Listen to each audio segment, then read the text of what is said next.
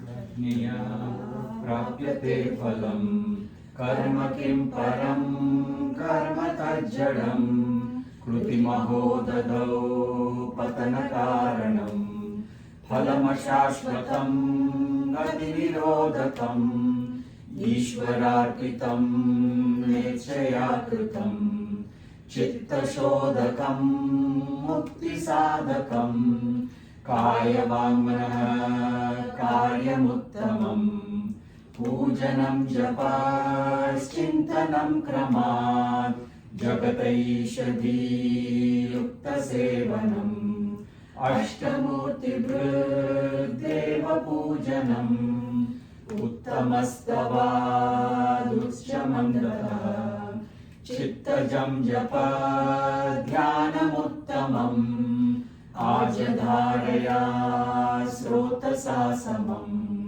सरलचिन्तनं विरलः परम् भेदभावना सोऽहमित्यसौ भावनाभिदा पावनीमता भावशून्य सद्भावसुस्थितिः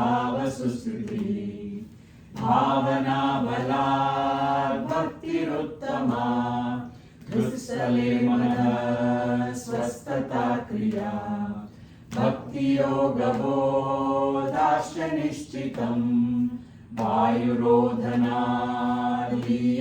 मनः जालपक्षिवद्रोधसाधनम् चित्तवायवश्चित्क्रियायुताः शाखयोर्द्वयी शक्तिमूलता लयविनाशने उभयरोधने लयगतं पुनर्भवति नो मृतम् प्राणबन्धनालीनमानसम् एकचिन्तना नाशमेत्यः नष्टमानसोत्कृष्टयोगिनः कृत्यमस्ति किं स्वस्तितिं यतः दृश्यवारितं चित्तमात्मनः चित्वदर्शनं सत्वदर्शनं मानसं तु किं मार्गणे कृते नैव मानसं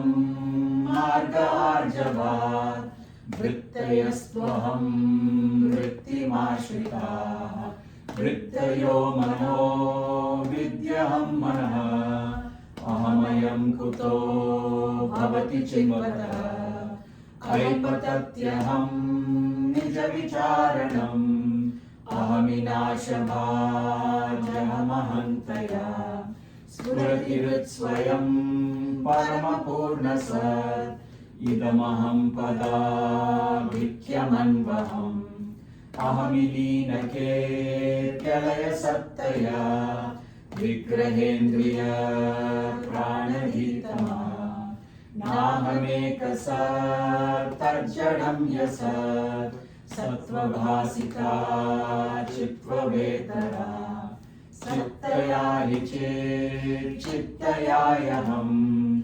ईशजीवयोर्वेषधीविधा सत्स्वभावतो वस्तु केवलम् वेषहानतः स्वात्मदर्शनम् ईशदर्शनं स्वात्मरूपतः आत्मसंस्थितिः स्वात्मदर्शनम् आत्मनिर्भयादात्मनिष्ठता ज्ञानवर्जिता ज्ञानहीन चेत् ज्ञानमस्ति किं ज्ञातुमन्तरम् किं स्वरूपमेत्यात्मदर्शने अव्यया भवा पूर्णचित्सुखम् बन्धमुक्त्यतीतं परं सुखम् विन्दतीह जीवस्तु दैविकः अहमपेतकं निजविभानकम् महदिदं तपो रमणवादियम् अहमप्रेतकं निजविभानकम् महदिदं तपो रमणवादियम्।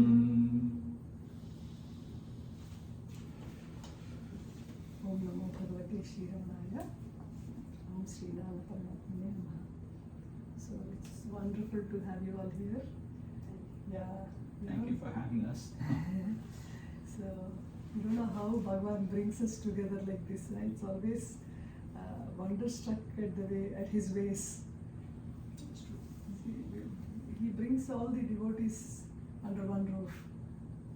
I mean, it's been happening everywhere.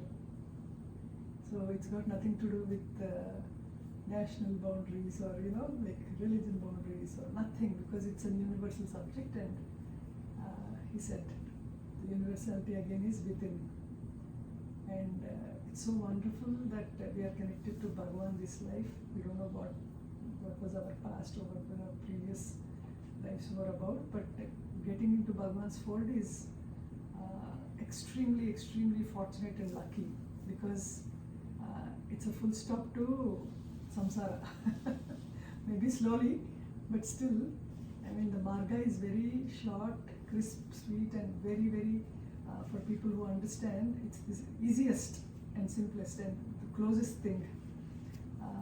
First, I would like to know how you came into Bhagavan's fold briefly, so that it's nice to know. So let's begin with you. Go with you.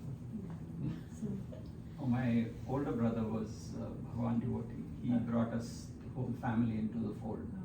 So my younger brother is a huge devotee as well. So Okay. and my sisters, everybody. they all live in India? Yeah, all of There them live also? in India. All of them live in India. Okay. So that's how I came to know about it. And in my 20s, when I heard about Bhagavan for the first time, I went to Nannagaru. Oh. And from then on and off, right? But slowly, he's taken hold of me. Yeah. So I don't know. My prarabdha somewhere, he must have. Yeah. Otherwise, why would somebody take a person like me and bring him into his fold? I think everybody of us feels the same. How did he choose me out of all the people? I mean, a lot of people, I don't know who told me, somebody who used to, I think you told me, right? Somebody lived in Tiruvannamalai, had never heard of Bhagavan. Oh yes, true. Yeah, True. so, True. Yeah. so that's how I came, heard about Bhagavan. And so there was this other girl who started the satsang quite a few years ago.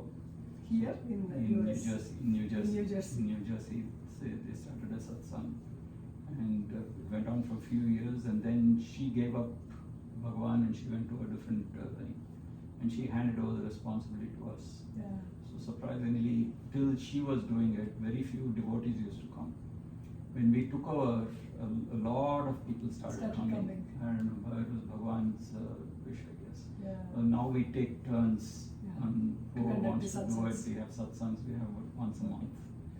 And apart from that, whenever any thing happens at the ashram, so quite a few of us go there, or on Zoom every other Sunday they have satsangs on Zoom. The Arunachal Ashrama has it. So we attend those as well.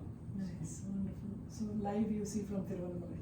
Not Tiruvannamalai, here. From Arunachal Ashrama is in this New York. New York. Yeah. New York. So you And have constant regular programs happening, and live is every given. other Sunday they have satsangs. Oh, good. And, so New York Ashram has satsangs every Sunday. Yeah, every other Sunday. Every other Sunday. Yeah, every other fortnight. Every fortnight. Yeah, every fortnight. Okay. Yeah. And speakers, they have devotees from New York.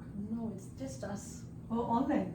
We don't do any lectures or anything. No, Okay. it's just all the Bhagwan's Bhagwan devotees, devotees. and Nice. teachings, whatever It's they want to online. do. Online. Nice, wonderful. Yeah. So anybody, all the Anybody can Bhagwan join. devotees Anybody connect can from join. India. Anybody can Yeah. join. Yeah. Yeah. Oh wow, that's wonderful. So it's not just sitting and gathering, but you have an online where anybody. Anybody Yes, can join. anybody's Yes. welcome. Oh, that's wonderful. You please pass on the link to me so I can Yeah. distribute it among Sure, devotees sure. Is here. it the same every other Sunday, or I think so. do they I keep think it changing? doesn't Okay. change. So I can forward. I'll send it to Soumya. Yeah, She can sure, forward sure. it. Yeah. Nice. Very nice. Yeah, that's how, that's my journey, and because of me, Leena got involved as well. And she does more for Bhagavan than I think I do. There is nothing more or less. So Yeah, I mean, for quite a few years, we used to have it every month at our house, and she's been a big part of it, because without the support of people course. at home, you can't do it You can't alone. do it, correct. So that's been a huge, and even he, I Yes. think, that's helped a lot. Yeah. And sometimes we discuss, and she goes to Chinmaya Mission for a lot of their Volunteer lectures. work, yeah. So we normally talk about things like that. So it's good to have somebody at home. Yes. Like I think Badri and Hema, you feel the same thing as well. And your You good can- name, sir? My name is Gurunath. Gurunath and Badri, Hema. Hema, and Leena. Leena. Aruna. Santa. Shanta. And like you got to know each other through Through the satsang. satsangs. Badriji, how did you meet? How did you come across Bhagwan? Just some newbie, some new Yeah, artists. very new.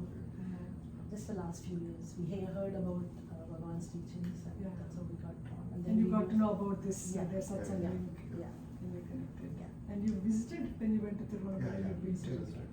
Yeah. You visited earlier itself or after the No, satsangs? after. Oh, okay, wonderful. How he brings people With from. Badri, you got to dig deep. He won't open up slowly. You got to keep asking him questions. Other than that, he won't. No, they've been drawn to Bhagwan, and one of the things, right? People like them are very fortunate to be in the fold of Bhagwan, because Bhagwan himself has pulled them in. So that's a huge Yes, yes. grace. Bhagwan's Directly grace pulled is by on them. Bhagwan. So, for him and Hema and Amma, they were stranded in Tirunelveli in the ashram during Oh. COVID. Oh, I see. Yeah, that's okay. Yeah, so It's all good the to be stranded in the ashram. Yeah, so that's good thing. So he retained them there. It's all Bhagwan's doings. Yeah. Nice. And I think we are fortunate to have known them. Yeah. So we consider them as family now. So that's Wonderful. good. Actually, just a small group of 6 or 7 people. Hmm. They are our family. Yeah. Nannagaru used to say, even if there would be hundreds and thousands of people for his pravachans, and people would come from everywhere and all that, then he would say, why Bhagwan was maintained silence most of the time and only asked when needed, and spoke only when needed. But here we are giving pravachans only to make you understand, because we don't get his silence. Through silence it can be imparted if there is reception. But when there is no reception, you will have to make them understand what it is, speak about the truth, and then show you the way to pursue it. So he was like, even if nobody, suppose all you people don't come because it's not impressive or you are not liking it, it doesn't matter. Even if one person gets this, my work is done. So he strived all through almost 60 years. He lived for 84 and 60 years. From the time Bhagwan embraced him and he had a vision of Bhagwan, he embraced him, he kissed him, and he nurtured him, and then he was wondering who this old man was. And then he was trying to come out of the embrace, struggling because he was holding him so tight and kissing him all over his face. And This is in the early 20s. dream, is it? Yes, Is it in his dream. And then he was like, who is this old man who's come holding me so tight and embracing me and caressing me so fondly? And then later on, in a couple of months or something, he went to his village library, and then there was this articles on 10 saints of India, and one of them was Bhagwan, and the address was there. He has correspondence, he has written a letter, and then they sent books, and once he saw the picture, it was the same one as is in his dream, and he was immensely overwhelmed. And later he went to Ramanashram, and within a short span of time, I mean, his love for Bhagwan was so intense. He says, I had no sadhana. Bhagwan's realization was a divine miracle. But in my case, it's completely Bhagwan's grace that he held me and he bestowed it on me. So he says, I was the adopted spiritual son of Bhagavan, and he was like, he also did not choose to speak about Bhagavan or Bhagavan's literature. He wanted to, he was a silent boy from childhood. He was very helping, very selfless, and very giving, and so much into himself that he coming out and speaking was something for him. But then again, Bhagavan, one day somebody had from nearby village, Palakollu, they came and requested him, you please come and speak. Because already he would speak about Bhagavad Gita and give lessons, to people who were interested to listen to Bhagavad Gita. So they said, you please come and speak, and he was not interested.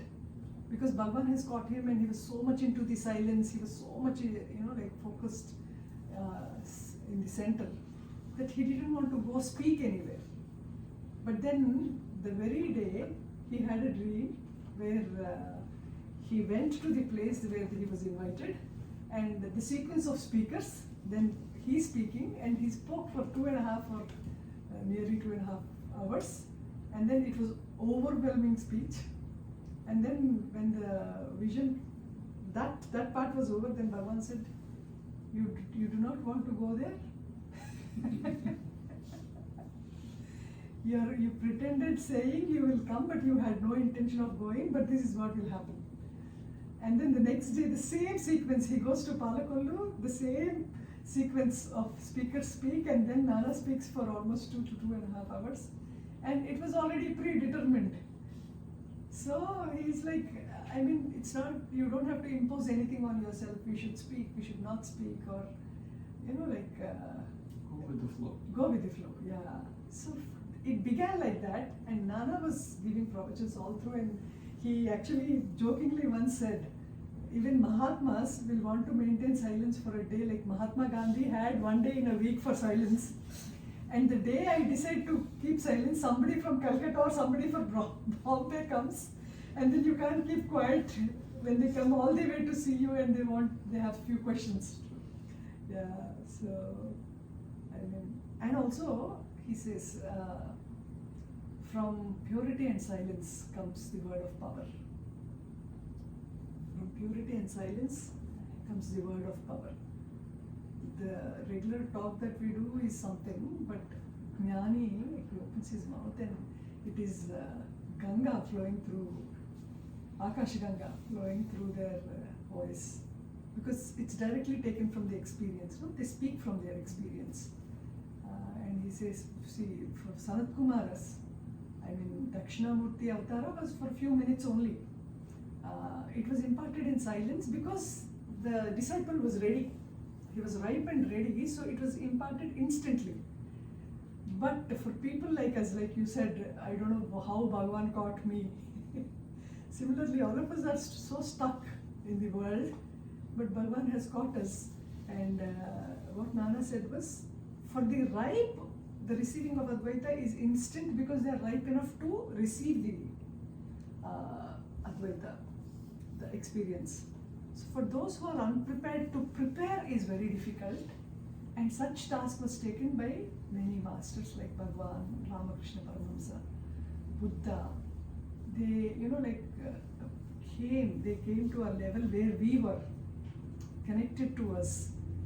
They looked into us, like he says, like body scanned for disease. Suppose there is any problem in your physical body, they do a scan to find out the problem. Similarly, they would scan our minds and see what is in it, how it can be rectified, in what way, if it is imparted, you will be able to follow it.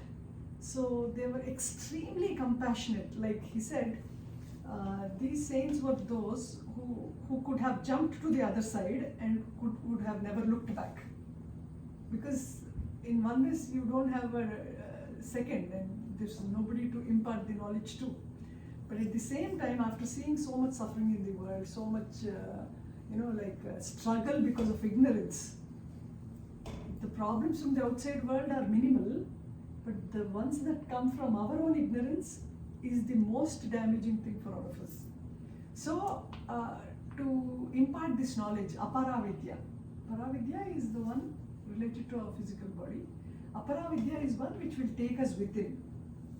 So if this vidya is learnt well, if this imparting is done in the right way, and if you could in turn, turn your minds inwards and travel towards that truth, then the amount of happiness, the amount of peace that you get, it makes things so much easy. So his very purpose was to bring humanity out of suffering as much as you could. So if this is understood by many, it becomes more easier. So it's so much happiness for us and for people around us, because once you understand it, it's a very, very simple and it's not something it is abstract till you don't know. But once you know, it's a most beautiful thing, and you can lead your life so beautifully well without having to run away from the house, without having to sacrifice things externally. Like many saints and many rishis, they had left everything, sat in Himalayas, underwent all cold, heat, and bare naked, and so much tapas and all that. And Bhagwan got it into our house. Nana used to say, we cannot be like them, go do tapas and all that. So for the modern age, for the present generation, God has given us a way where we can get salvation without having to struggle much. And the easiest path is Jnana Marga, the Who Am I? And I'm so happy that I could,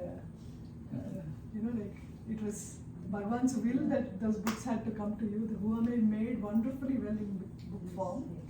Those the booklets are available in India with Bhagwan's picture, exclusive rare pictures in every page. Yeah. And how did you get to? Where do I start?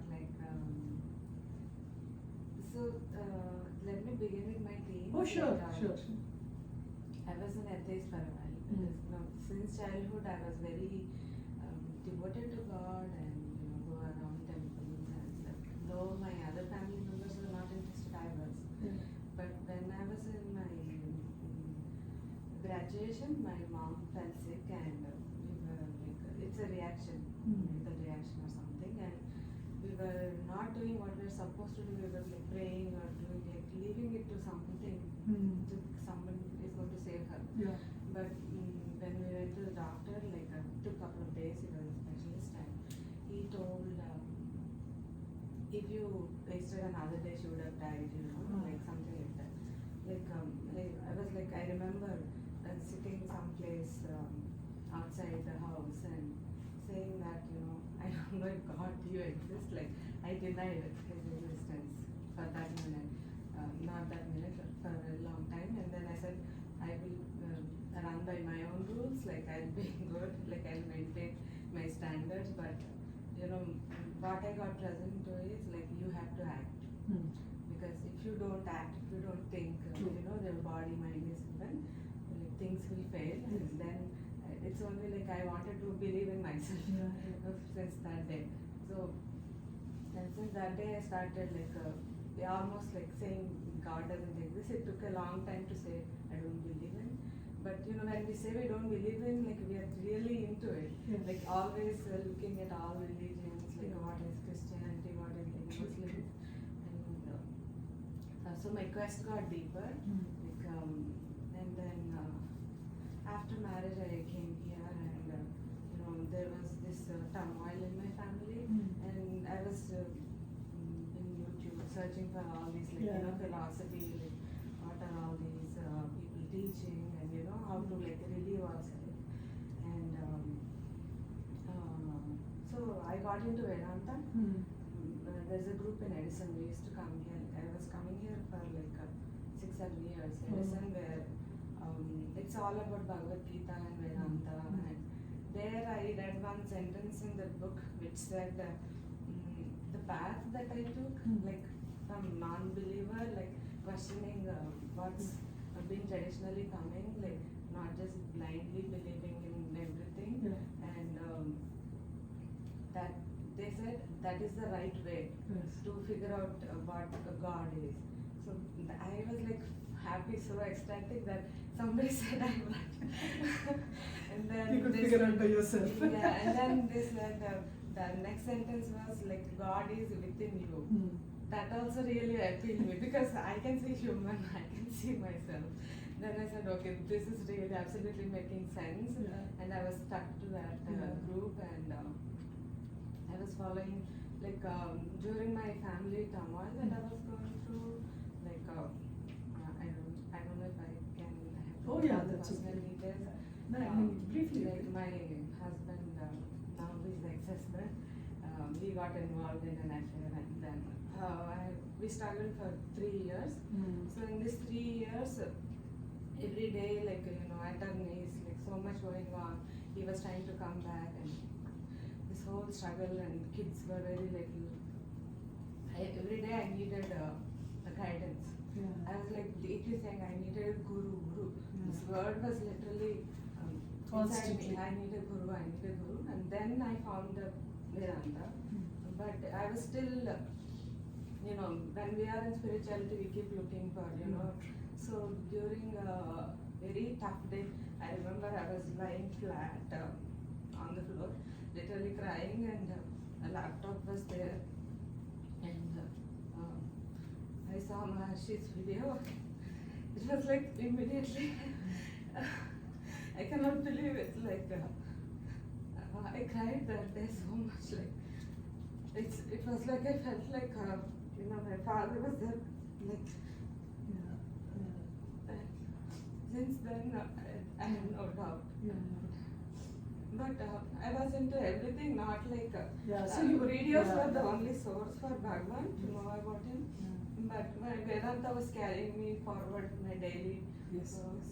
And every day I had to make decisions, like with my divorce and going back and forth, kids and custody. It was like years of So difficult. turmoil. And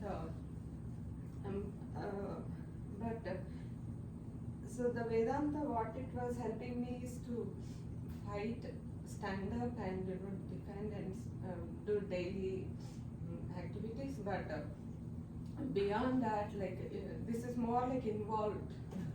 But Maharshi is like beyond this, Yes, right? Like correct. coming out of the environment. Yes. So I had to be so involved. Yeah. Then I had to also figure out a way to come out of Yes. it. And I gradually stopped listening to Vedanta with the COVID and all. We got separated. But Bhagwan was deeply inside me. Yeah. And before Bhagwan, Eckhart Tolle was also Oh, there, like yes. a spiritual master. Through him, I got this meditation and some Techniques. deep experiences, and yeah, those things kept me alive, and I never had to take even a painkiller or anything. Like I owe all the struggle, like all the survival to the spirituality for years, like 13 years I should say. And only last year, for 5 years I was trying to reach ashram to go to Tiruvannamalai. Yeah. Though I wasn't serious, that I've heard some people saying that you really don't have to go there, like Bhagwan is everywhere. Yes. True. But there was something, like I just wanted A to pull to go. yeah. So ashram was closed in COVID, I Yes. believe, and after that last year I could go there. You could go. Yeah. Yes. It was Spend also some a great experience. Like the day I landed in Chennai, went directly to Lord ashram, Ashram. and then there also somehow I couldn't go inside for a long time. I was like normal, happily going with my cousin. Like I was stepping inside. Like immediately it was like big blow. I couldn't go inside. I couldn't go inside, and I was non-stop crying because I don't even know what ashram had, because I usually don't want to know anything before I go there because I wanted to experience Experience it it. by myself. I didn't even, maybe I would have heard that there is samadhi, Yeah. but at that moment I didn't know it. I said it's ashram, maybe people are there or something. I was and immediately I was crying because I wanted to see Bhagwan, and I know Bhagwan is not really there. Yeah, and So this is the same experience I had when my father died, and he was 53. We know he's going to die, but it happened. We flew from here. We were same experience. Like we couldn't go inside the home because I didn't want to see my dad not alive in that home.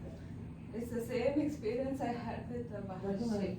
Like I went around ashram, like my cousin took me around, like because I didn't want to go inside. And then after a while I settled, I think 2-3 hours. I sat outside, there is a tree before his entrance, and I was sitting there and I saw everything inside and slowly took courage to get inside. And it was a great experience. Sorry, I got all That's emotional. okay. No, that's okay. That's okay. I mean, it's totally okay, no? Yeah, this is the difference, no? See, we die, even Jnanis, see, anybody, be it God, be it self-realized masters, be it ordinary individuals, all of us, when we get body, the body dies. Okay, but there is a difference between we dying and Mahatma's body dying, because they have already attained the eternal. The God within, they have already realized, they are God realized, so there is no death for the realized. Yeah. So, this very satsangs of Bhagavan is to tell us, I mean to impart to us the knowledge that we are birthless and deathless beings. God is within is Paramatma. That's what in Bhagavad Gita, as the Lord Krishna said, I am the Antaryami in everybody's heart. Not the physical heart, the organ heart which pumps is the physical heart. But there is a spiritual heart in all of us, in all the beings, in all the living beings, from that very center, the entire creation is working.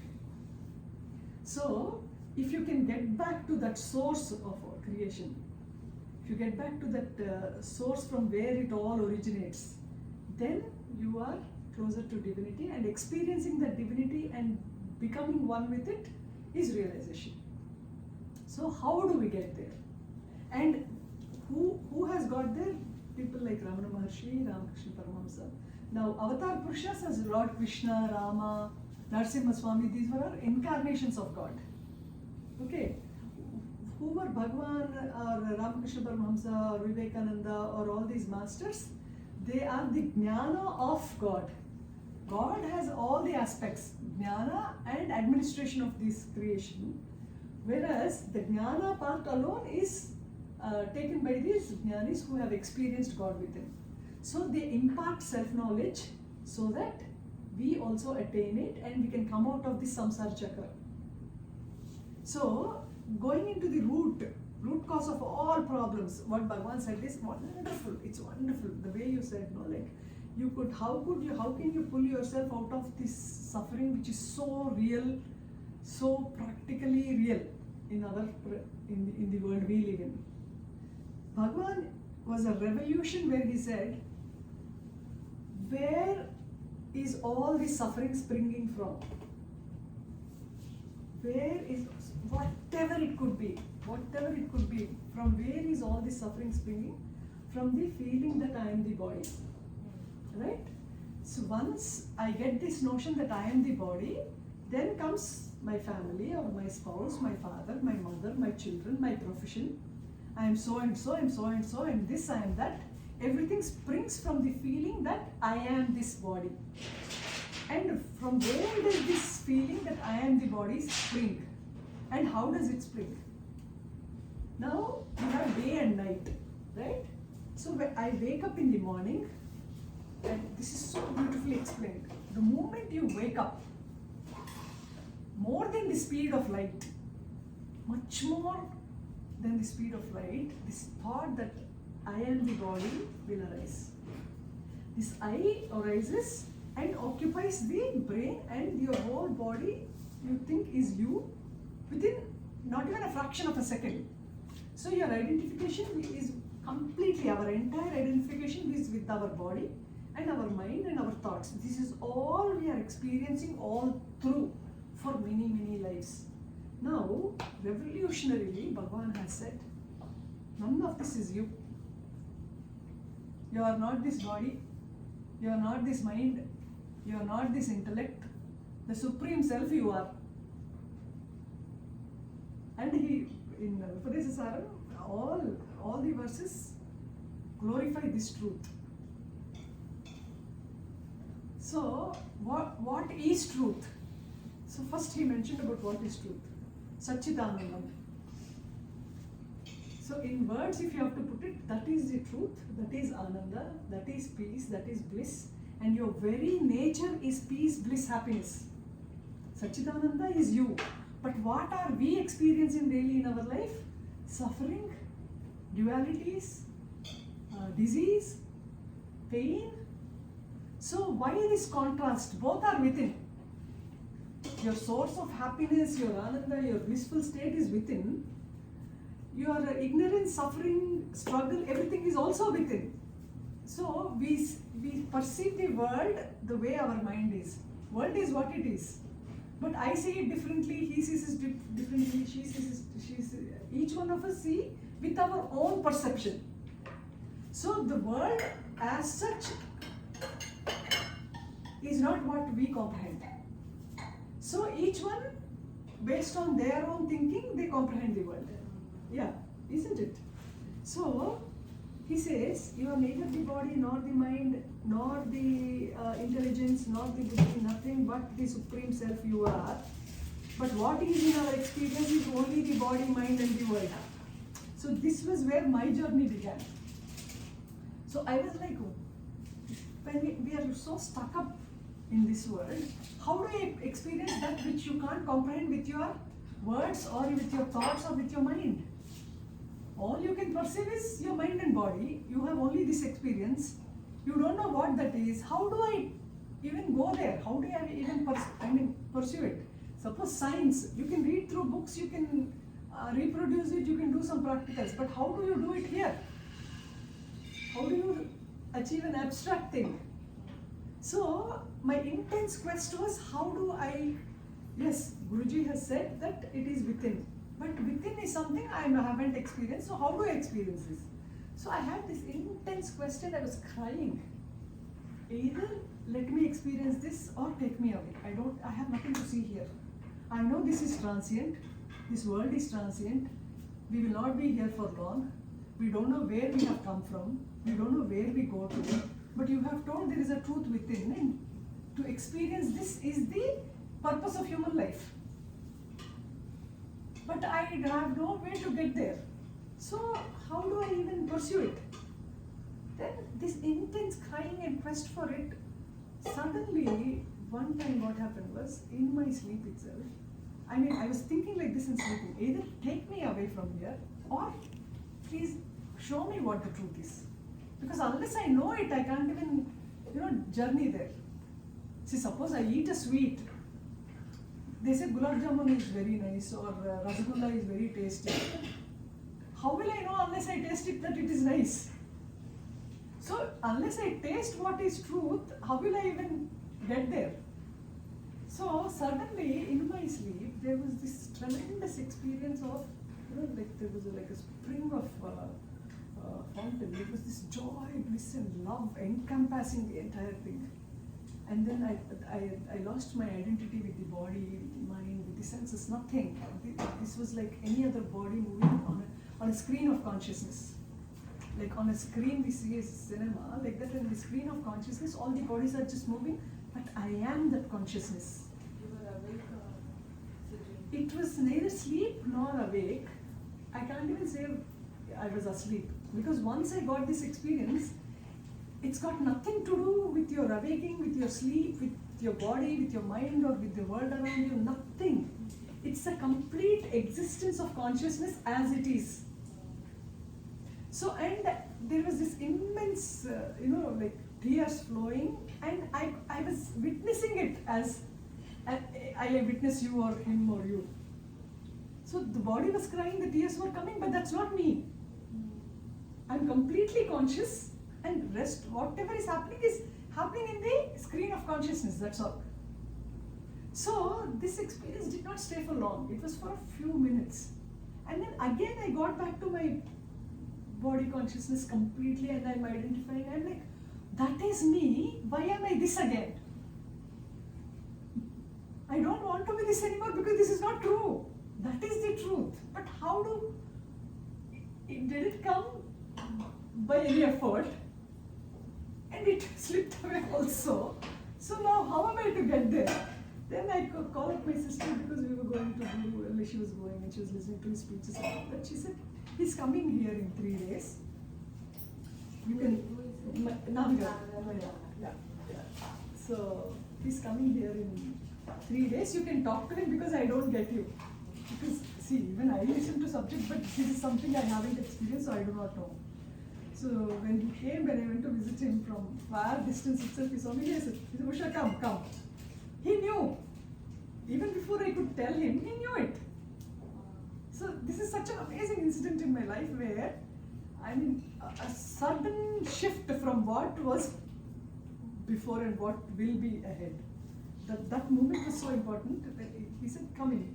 Then I came closer and people gave way. There were so many people sitting. They gave way, and then I came and I sat in front of him, and he said, okay, tell me, what is it, Usha, that you wanted to share?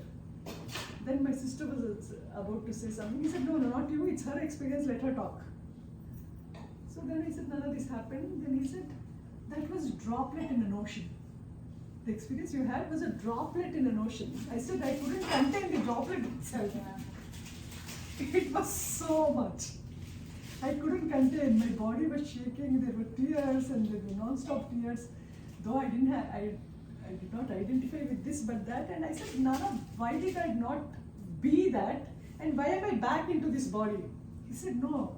You wanted to know what it was so intensely, with so much sincerity, that God showed you a taste of it. Now, if hundreds of people or hundreds of scholars come and tell you that this is your imagination, it's not an experience, it is not the truth, will you believe it? He asked. I said, no, that's my experience. I'm not going to believe anybody else because that's my own experience. And he said, that is the conviction of truth. Satchidananda, conviction is for sure, with certainty, you are one without a second. And that is an experience which cannot be spoken in words. We can try to explain it, but it's not something you can explain in words. So he said, this experience, if it's droplet in an ocean, I said, Nana, what is ocean? And how do you establish in that truth? He said, it will take time. You don't have to worry about it. There's nothing like hurry and worry. And I said, maybe I should quit my education because I'm supposed to join in Chidambaram for my dental course. I said, Nana, now since I know nothing to do with education or marriage or this bodily life, I would like to be with you, and I don't want to pursue anything anymore. He said, no, that it's not. See, you were at home. When you got your experience, were you meditating or were you beside me? No. It can happen anytime. It's a matter of deserving. You get what you deserve. So the deserving, like suppose now there is a water body. You go with a tumbler, or you go with a cup, or you go with a mug, or you go with a drum. How much of a container you take there, you can bring that much amount of water with you, right? Similarly, the amount you can withstand, the amount you can hold, only you can receive. So it's a matter of time. The maturity will slowly come. More and more you ripen, it becomes more and more relevant. So it will take time, but you don't have to worry about it. It will be taken care of. Once you have tasted the truth, once you have seen the ultimate happiness, you will know that there is no other happiness which can equal this or which can be beyond this. So there's nothing beyond this. So wherever you go, whatever you do, whatever you experience will be nothing compared to the experience you had. So your mind will automatically seek only the truth and stop seeking outside, which it was doing all through. All through what we seek is only outside. So once you have experienced the truth in your own heart, you will stop venturing outside. And he says you have to stop venturing outside because it is inside. First be of the conviction that the truth is within. And logically, scientifically if you see it also, what is all your struggle and suffering happening in your deep sleep? What's happening to all the struggles and suffering that we talk about or think of or go through in our daily lives once we go into our deep sleep? So this is one thing very beautiful about Bhagavan was, he very beautifully quoted that truth is nothing but your deep sleep state in awareness. In deep sleep we are extremely peaceful, very content, we have no attributes, nothing. In sleep there is no body, in sleep there is no mind, in sleep there are no thoughts, in sleep there is no world, in sleep there is no God also, you are just sleeping. But you are not aware. Deep sleep state in awareness is realization. And how does that happen? When your mind is withdrawn into its source. The source for the mind is Atma. It originates from there, it occupies your brain and starts functioning as the body. So now we have to bring it back. What does the mind do? Through the five senses, it goes into the world, it accumulates things and then it suffers. So if you want to realize the truth, stop seeking outside and prarabdha, as Bhagavan has said, from the time you take your first breath till the last breath, everything is predetermined. So it's like Nannagaru used to say, it's like a taken cinema. Suppose you have a cinema was taken.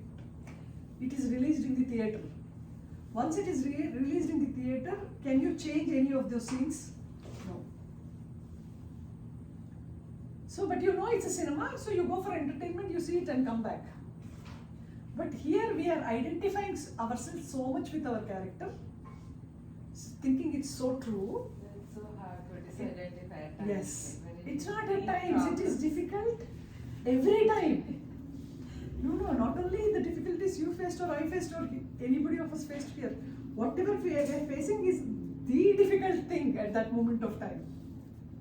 Anything, like it could be death in the family, it could be a separation, it could be loss of a child, it could be loss of a sibling, it could be a disease, it could be cancer. Even littlest of little things. Suppose my son does not pass his 10th is also a problem. Everything is a problem. That's why, suppose you can comprehend this subject the way it was imparted, we can, get away from suffering so easily. I don't say it comes overnight. It's a practice. Because as long as there is mind, there is practice. We have to practice. Effort is there as long as there is mind. Unless you have attained that state, we can't say, I am not the body, I am not the mind. We can speak in words, but what are we daily experiencing? Our own body and mind. So if you have to come out of your body and mind, you have to constantly listen about the truth. Unless you listen about the glory of truth and that it is your very essence, how will you come out of this? So constantly, why he spoke for so many hours, giving so many examples of how beautiful it is to surrender to the will of God. So destiny is predetermined. Who determined our destiny? And who is driving it? Like Krishna said, I am the driver. From the heart, suppose we did not wake up this morning, will any of these bodily activities take place? There is prana Shakti. Prana Shakti is linked to your Jivatma. The moment your breath is gone, the body is left here. But saints, when their body is left, they don't leave because they are everywhere. Once you attain oneness, it is that consciousness which is all pervading. It is not only in the hearts of all, but it is all pervading. And that is Paramatma. Okay? So Bhagavan has experienced the Paramatma. So in the Samadhi hall, Bhagavan is not gone. Yeah, I know it was childish. He is but not again, gone. No. I mean, no. Yeah. That moment Yes. it was like that. No. I That- really that's it. wanted to see See him. and I was like- Yeah. So he is the very presence. He is the presence with us now. He is the presence with you when you go home. He is the presence that is running you. He is the presence that is taking care of you. So trust, believe that Bhagavan takes care. Because unless he shows the path, we cannot take the path. Unless he makes us walk it, we cannot walk it. Unless he gets us to the heart center, we can't get there. So mere belief. Recently, Yogi Khanna, he passed away on Friday morning. He's a very, very, very close devotee of Anand Mahima. You've heard of Anand Mahima from the north? Yeah. So his whole family was mass devotees. So he was born and he was put in her lap and he grew up. But they were quite rich and very wealthy family and they had everything, like they don't have to work for their living. So he got accustomed to all the wrong habits. As he grew big, I mean, he fell into the wrong company and he got into the habit of smoking, drinking and all which is told not to do, he got habituated to. But he was again born in the family of Ma devotees. So they would take him regularly to the ashram. He was very fond of her. He would do pranams, and then she would keep an eye on him. See, saints don't impose saying don't do this, you be like this. They don't impose anything, but they bring a change from within you because they are the one in your very own spiritual heart. So he passed away yesterday morning, Friday early morning. But then he was so faithful. He was so faithful to Ma, and after she left her body, he was devastated. Because no matter what he did, see, parents can't love you unconditionally if you're going in the wrong route, or if you do things which you say don't do this and they do it. We have a friction with our own children. But there's this verse in Aksharamana, Kanina Janani Kanna, in Tamil, I don't know what it is. I mean, mother is the most compassionate role in the world. You are much more, yeah. So mother's love cannot be compared to your love. Because you love us unconditionally, no matter what you are. See, suppose they scan the body and they said there is disease here and there. Similarly, you scan your mind, we have so much dust in the mind. We have so much pollution in the mind which we have accumulated for a very, very long time. So unless this pollution is cleansed completely, we cannot travel within. We cannot get back to our source. That is why chanting, that's why, like Mahatma said, chant Ram Naam or chant Ramana Naam, whichever deity you love. Because you need to come to a concentration, because without purity and concentration, you cannot have an internal life. You cannot bring the mind back to its source. Even if you meditate and bring it to the source, the vasanas will pull it out. So you can't keep it in the source for long. So all the pollution in mind slowly has to be removed. That is why preparing the unprepared. We need to prepare our minds to receive that truth. The more and more the mind is at its heart source. See, this is what the subject is about. As we wake up, the mind comes and we start functioning with the body. This is all our experience all through our lives. And then there will come a time of death. The body dies, but the life continues. So he says, you are not losing anything. First stop worrying, because your death is not the end. Even if you think you are Jiva, even if you think you are the body and mind, life continues after death. It's like changing of clothes. Suppose my body dies. My mind still has its desires, its vasanas, its tendencies. It will continue to have life ahead where it will be given a body suitable to its nature. We have come many lives like that. So there is no death for you. The real death for Jiva is when it unites in the with the Paramatma. Till then, you will have your journey through lives and births. Right? Birth and death. Birth and death, samsara will continue. So don't worry about death because it's like changing like you going from one room to another. What is the biggest fear anybody can have?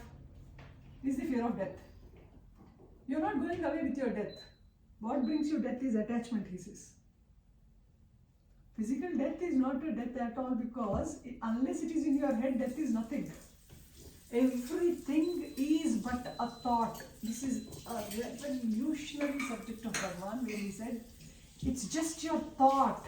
If you can remove that thought, it's not there. So in deep sleep, we are peaceful because we are thoughtless in deep sleep. So thoughtless state in awakening, when you are awake, how will we get this thoughtless state? It's not practical to get a thoughtless state because mind is like a monkey. It's like thoughts and thought after thought.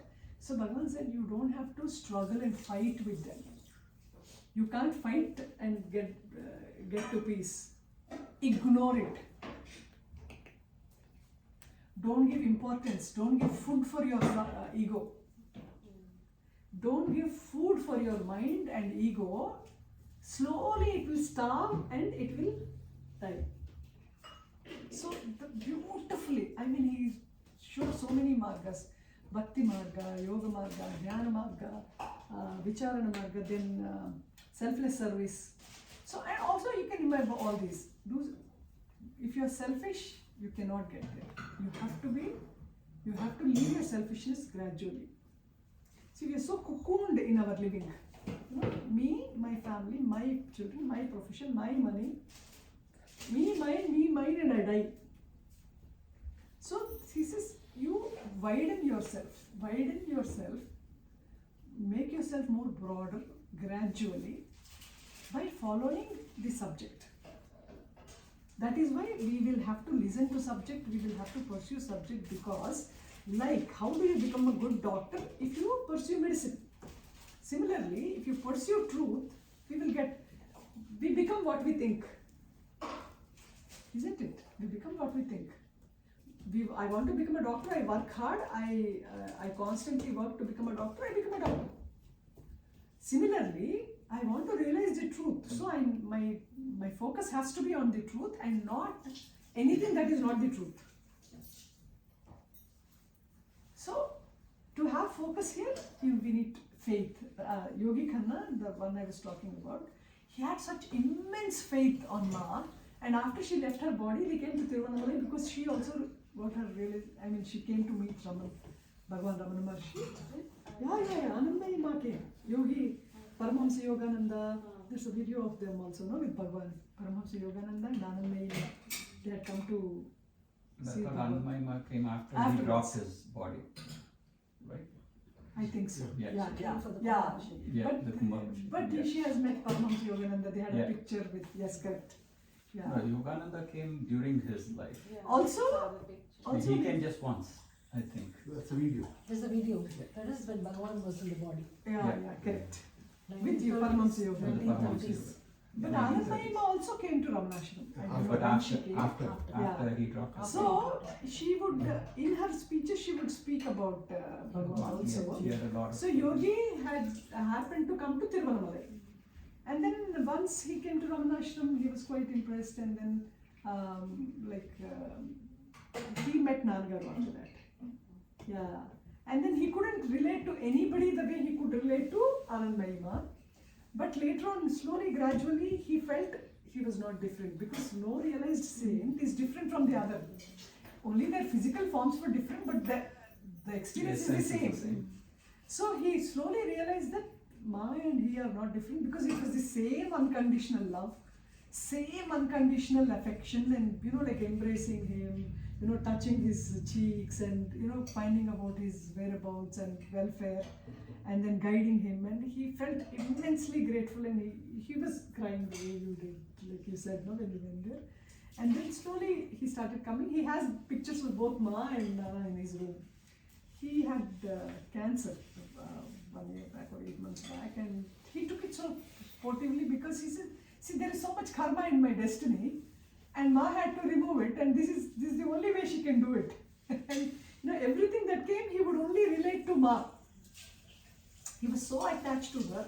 He had such immense faith. He would read the scriptures, he would chant her name.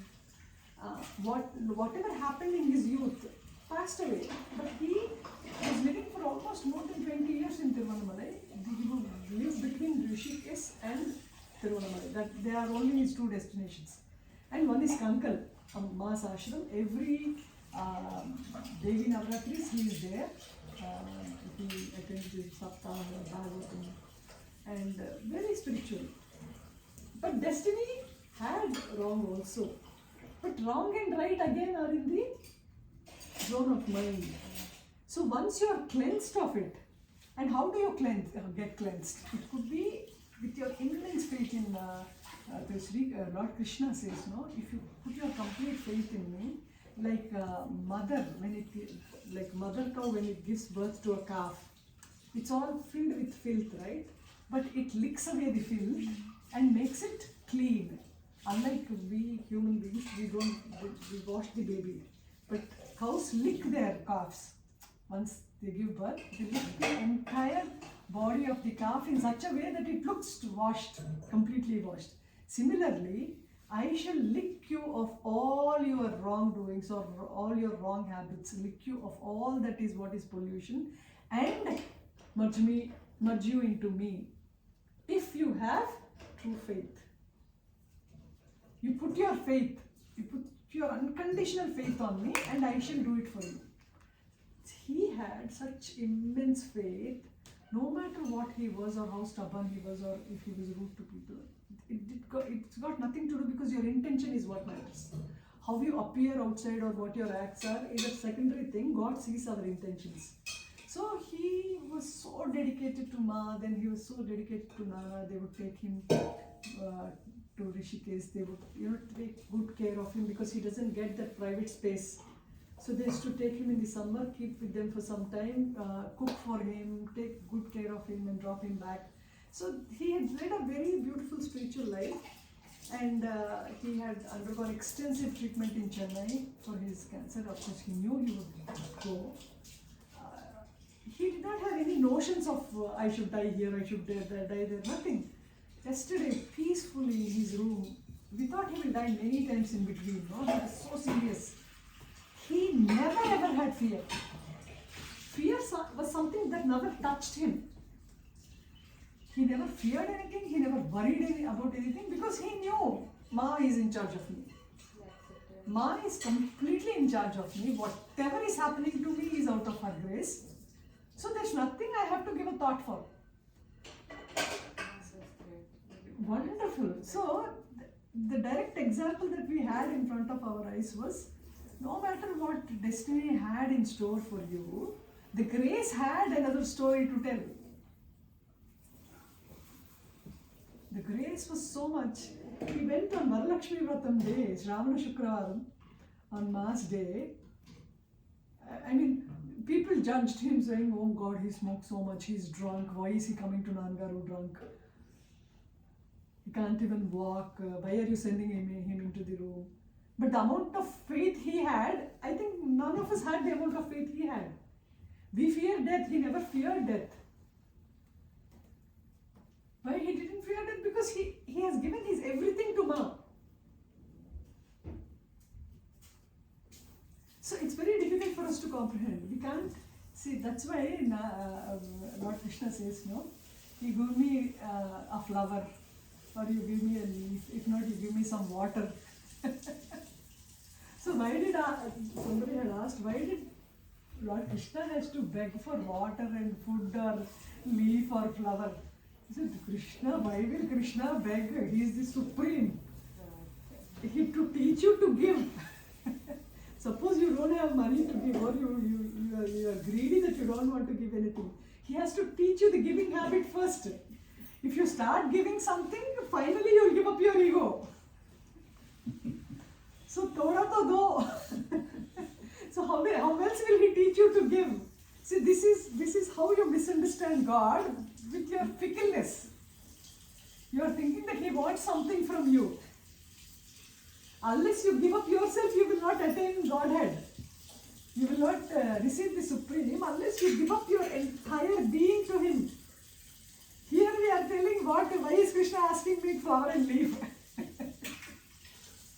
So Nannagaru says our perception itself is so wrong that we will have to learn from basics, from foundation, why God spoke and what for He spoke and why we should obey the word of God and why is it going to give us immense happiness. Because ultimately you have to come out of me and mine. We are so stuck up in me and mine that to comprehend the truth in spirituality is a hard thing. But if the subject is well understood, you will, there will be so much joy in your life that you will want everybody to understand that suffering is not mandatory. Yeah, painful situations do come. Pain happens to body, pain happens to mind. But you can keep yourself away from suffering by understanding the subject. Because what did Bhagavan say? Everything is thought based. Suppose now he was suffering from cancer, or see, so many people died of cancer, so many people died of COVID. Now, in your sleep, how much ever excruciating pain you are suffering in the body or the mind, in sleep, where did it go? During those few hours of sleep, you are devoid of any pain. In spite of you having so much suffering and pain when you are awake. So, practice it when you are awake, the deep sleep state. And how? Introvert your mind, question to whom these thoughts are coming. So, what Nannagaru said was, you can't do it immediately because it's a havoc, it's a chaos now. You don't even know your mother thought from where it is originating. It's only theory, isn't it? The mother thought comes and then the remaining child thoughts are our thoughts, which we are so stuck up in the world of thoughts that we've never even chosen to look behind from where this is coming. So he said, if you can pursue, to whom are these thoughts arising? So many thoughts are coming in a day, from morning till we sleep. There are so many thoughts. Now we are sitting here. What is the requirement for a thought now? But will the mind keep quiet? It will be going everywhere but here. So he said, practice living in the moment. Practice living in the present. Be present where you are. Suppose I am doing my work. I am doing cooking or I am doing dental work. Why should mind deviate here and there? Concentrate on the work you are doing. So, do work like worship. So, more than doing puja to the altar of God, as the altar of God, doing work as worship fetches more. Not that you shouldn't do this. Do this as part of discipline. Do this to increase your devotion. And he says, try to be desireless. Anyway, he has told us, see, Bhagavan is only going to speak the truth. Our teachers and our parents itself will tell us the truth. He is Supreme Godhead, why will he tell you the lie? So what did he say? He said, your life is nothing but a taken cinema. So you can't change any situation, you can't change any scene. All you can do is the work in your hand. So do it with a sense of worship and leave the result to Bhagavan. Do your work perfectly well, whatever in your capacity. Suppose I am cooking, keep your mind on cooking. Suppose your mind is getting distracted or deviated, chant his name. Arunachala. The mere remembrance of Arunachala will give moksha, he said. It will cleanse your mind. Think of Bhagavan, it will cleanse your mind. Do satsang, listen to satsang, it will cleanse your mind. So do everything that will cleanse your mind to get back to your source. And when, if you see, there are these three gunas which will keep circulating, Rajas, Tamas and Sattva guna. They come one after another. like they keep, it's a cycle. He says, increase your sattva. Because rajas and tamas are not good, like good tools for sadhana. So sattva comes once in a while, so increase your sattva. So more you practice your sattva, you're more centered, you're more cool, you're more focused. So even sattva is a guna, but it will take you till destination and leave you there. Truth is guna free, like nirguna. Ram is nirguna, right? Bhagavan is nirguna. Means they are beyond the gunas, but because we are stuck in gunas, live in sattva as much as you can. Try, all these vices, all this anger, greed, frustration, or all these negativities of the mind. How can you cleanse them? He says you cleanse your body daily in the morning. We take a bath mandatorily every day morning. Why? To keep our body clean. Similarly, what are you doing to keep your mind clean? Yeah, he always said that. See, daily you take a bath. Daily you take a bath, you eat your food daily. There was Vishwanath Shastri Garu who has written Ramayana, and somebody had asked him, so many people have written Ramayana, was it necessary for you to write it again? He says, what is this? Are you all not eating daily? You ate once, it is enough for you, you stop eating the next day. Similarly, it is something which you can do daily. So when you're eating daily 3 times a day, when you're taking bath daily, you're feeding your body so much. The body will go someday. It will deceive you and go someday. You're paying so much attention to it. And what you truly are, you are the true consciousness, and then you have left it and you're doing everything that is not you. So without consciousness, there is no activity itself. Your very activity springs from there only. That's what I'm telling you. If you don't, suppose you are not brought to awakening in the morning, what are we? Also they said, practice death. In the sense, suppose I die today, am I dying regret-free and peacefully? So Nana said, prepare yourself for death. That is also part of sadhana, because the day that I die, am I totally peaceful with myself without any attributes, without any cling or attachment? But how do you know when death comes and knocks you? So every day prepare yourself.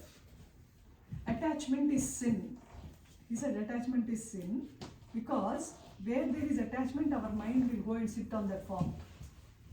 It could be liking or disliking. When you love somebody immensely, our whole mind is on their name and form. When you hate somebody, again your whole mind is on, it's more than on those whom you love. Isn't it? It is all our experience. Very true. Yeah. So this dualities is something which the mind is thriving full time.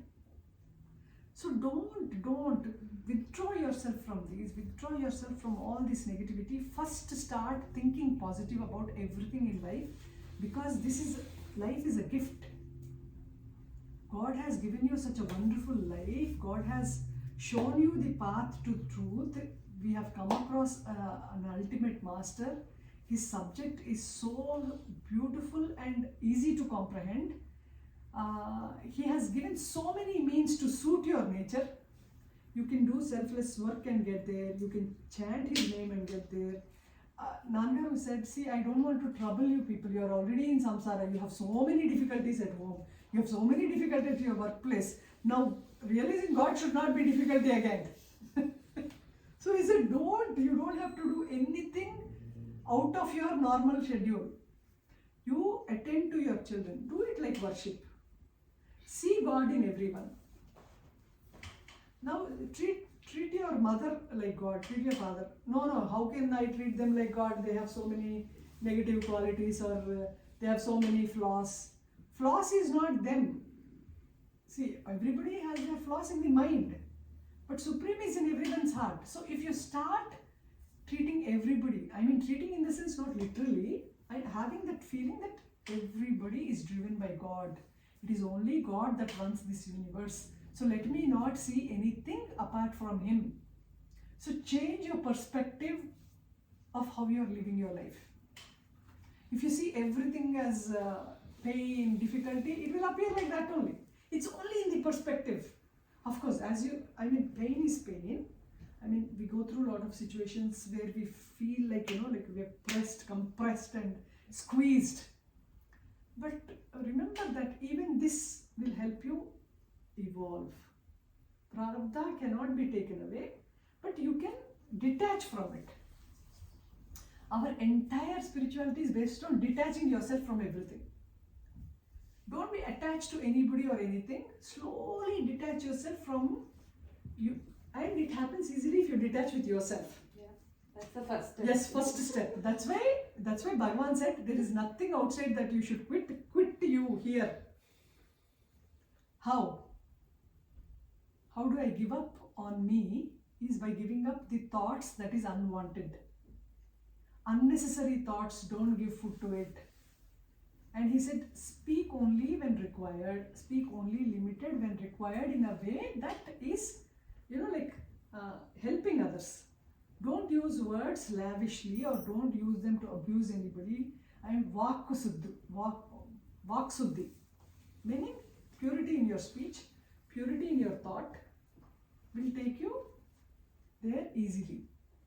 So don't entertain negative thoughts, don't entertain thoughts of anger, hatred, greed. And that's why in the Rig Veda it said, let noble thoughts come from all sides. So when your mind is thinking positive, when it is, how do we make it holy? By constant remembrance of holy men, by constant chanting of holy name. So then he said, if you can't do all this, maybe it's not, Nana, I can't do all this, I don't have time or I don't have the mood. Then he said, just look at Bhagavan. If you don't want to do anything, you don't want to do any practice, you do nothing, you're so stuck up with yourself and in the mundane activities. Most of the times in deep pain, you won't even know what to do. Yeah. You need So he something says, like- just look at Bhagavan. Yeah. Look into his eyes, because he is supreme power, supreme peace. But once the way you said, no, see, one look of Bhagavan, what felt was shattering to you, gave life. You felt the Father was there. So connect to him. He said, more and more connect to Bhagavan or Arunachala, look into his eyes. He looks at you with tremendous compassion.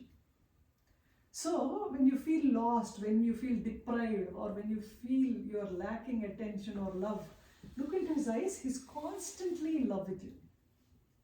Worldly love is not true. Nana used to say it is just skin deep. You prick it, there is bleeding. But Bhagavan's love is not like that. He loves you so much that he wants you in a place where you are free of any pain and suffering. Not only that, you are the extreme bliss, Satchitananda.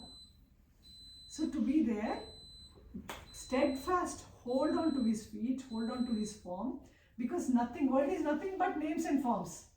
Our mind, the food for our mind is nothing but names and forms. Our name and form and those who we like and dislike. This is the entire samsara. That's what Buddha said, no? Whichever house you go in the entire world, what is there apart from likes and dislikes? So detach yourself from all the likings and dislikings.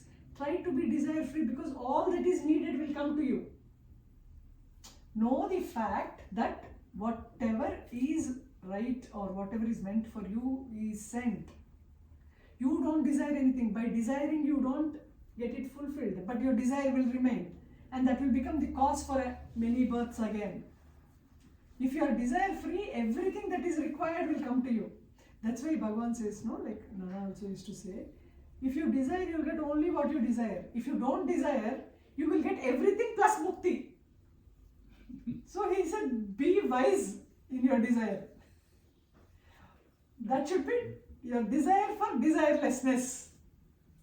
If you are free of desire, first you will be happy, because there is no expectation anywhere.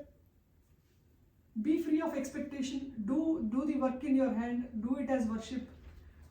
view the world from God's perspective. Everything is Him, everywhere it is Him. So the little inconveniences, see, the greatest fear is of death. Even that you don't have to fear, because life is eternal. You don't have a death.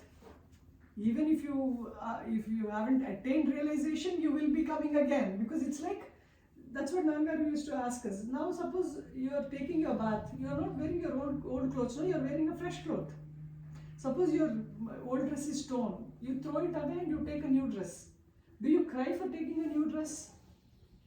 You take it happily. Similarly, when your body's course actions are complete, it is gone. And the time is decided by Him.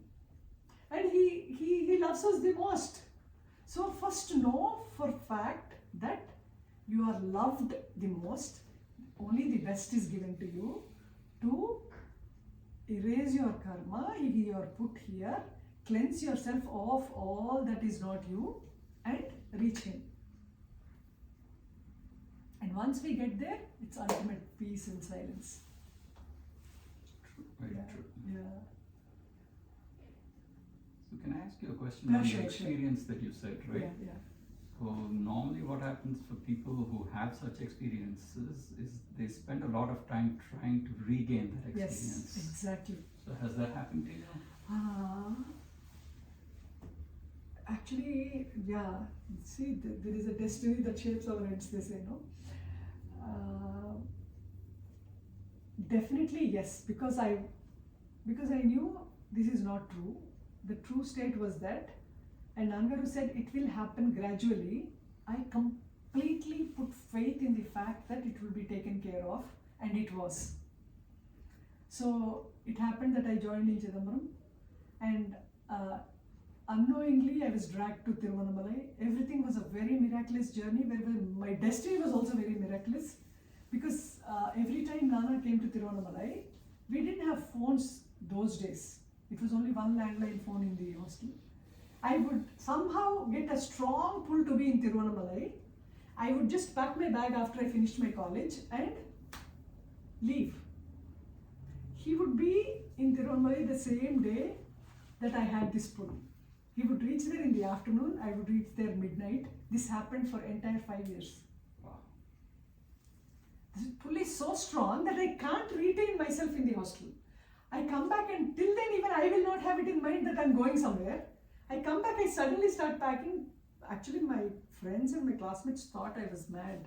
And people came to see Tiruvannamalai just for the fact that what is driving her so mad. My all classmates, my seniors, my college working and non-working staff came to visit Tiruvannamalai just to know what madness was driving me there. You know, that reminds me, this after the trip, I came to Hyderabad and I was packing to come back to US, right? It was like, it was the other way this time. I was packing my bag for Tiruvannamalai to come next year. It's as if I'm going to come back. Like as if this has become my home. I never felt that in my life. Even when leaving my parents' home, Yeah. I was happy to go with my husband. Like Yeah. Wherever I wanted, Wherever is my you family, just like, I happily was went. happy. And America became my home. Yeah. I never thought this will not be my home. And after the trip, I was literally like laughing or crying. The bag is still in my Hyderabad home, that I'm going to come back. Like I'm just going to US for some time. Similarly, we are the truth.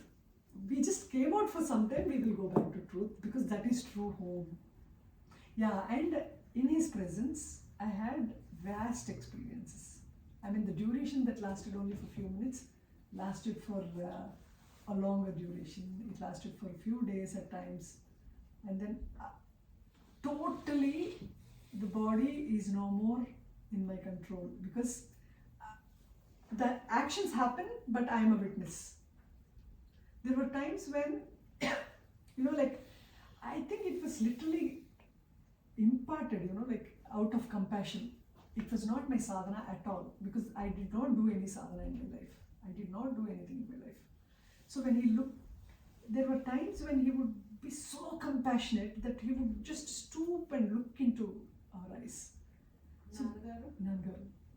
And he would come so close and look into your eyes that once you look deeply, you're lost.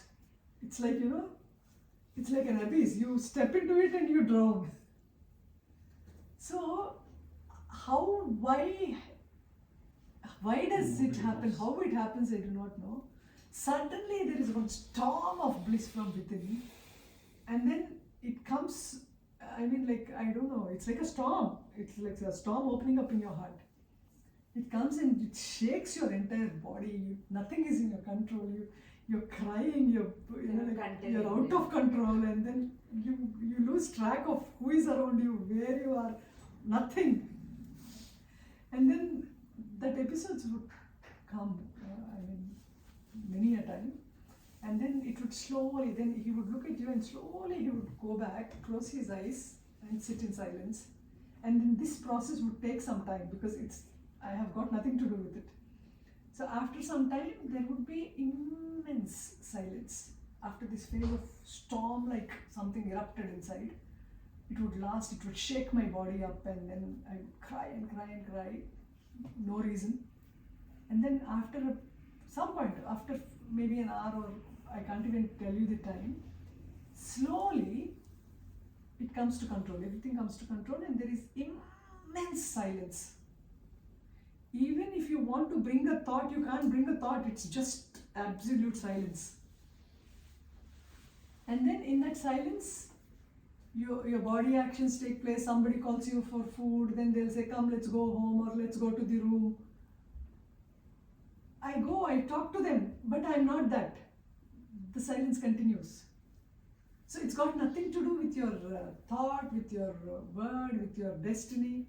You are not that. So that experience happened many times. But yeah, still, and Nannagaru says, no, getting an experience is one thing. Vasana kshayam is another thing. Complete destruction of all your vasanas if you have to establish yourself in that complete truth without a second. Till then you cannot trust, because the vasana can take you anywhere. But the beauty of this experience will be, it's a point of no return. It's a point of no return, because once you are burnt there, you will have to get there, that's all. You don't have a choice. So that's why they say, no, those who fall into the grace of Bhagavan, it's like meat falling in tiger's jaws. A meat can slip away from tiger's jaws, but you will not slip away from Bhagavan's grace. That's true. Till you realize yourself. So that way, I think we are all extremely fortunate to have been in the grace of Bhagavan. And I'm so glad that in spite of, going to different places, wherever I went, the grace follows so much that he doesn't let me deviate from the topic or from the subject. I mean, it's like he made you choiceless. We didn't have plan of any satsang earlier. I mean, we didn't even know who were here, because Soumya was on her own, she didn't know many people. She knew that satsangs were going on. So I came last time, but I just stayed for a day, and then we happened to go to the temple and we spent some time together. So has his passing away in 2017 had made any difference at all? No, because he has prepared us so much that he would bring this incident when Bhagavan left his body. There were very close devotees who were crying, and after he left his body, Chadwick and few others wanted to leave the place, because what will we do here without Bhagavan? But he said many a time, Bhagavan was never body, and when anybody cried during his last days, he would say, after all these years of listening to me, you still think I am the body. Was it the body that was blessing you all through? Was it the body that was, giving you grace? Grace does not have death. Grace is the only thing that is present, and grace will not have death. So what are you thinking? You think Bhagavan does not exist if the body goes away? And is this what you've heard all these years? So Nana would speak about this quite often, and he would say, there is no death for Paramatma, and you are that. Till you attain that, you will keep thinking something. So he has told subject in such a vast nature, like he would bring examples of day-to-day life. So many day-to-day life incidents of how we behave, how in our foolishness we think this is right, and how conditioned we are. He would, every thought for, like he would give in detail explanation, what is weakness for, what are your strengths, what are your weaknesses, what are flaws, what is not. And ultimately he would bring to the point, everything is a thought. So he would get into your being, he would sit with you, he will work with you, he will cleanse it and leave you. This is what he did every day of his life, and before he departed from the body, he made us realize he is very much in the heart and we cannot live away from him. Though oneness hasn't become a stability, a stable thing is that we exist in him, we can't exist apart from him, is a conviction that all the devotees got before he left his body. So there was no point when we felt Nana was not with us. There was no day when we felt we were away from him. So if anybody asks, how are you so confident about him? We say, and there were many times he asked, like he would do it in subtle, beautiful way. He would ask each one of us, suppose now she's Hema. Then he said, is Hema apart from God?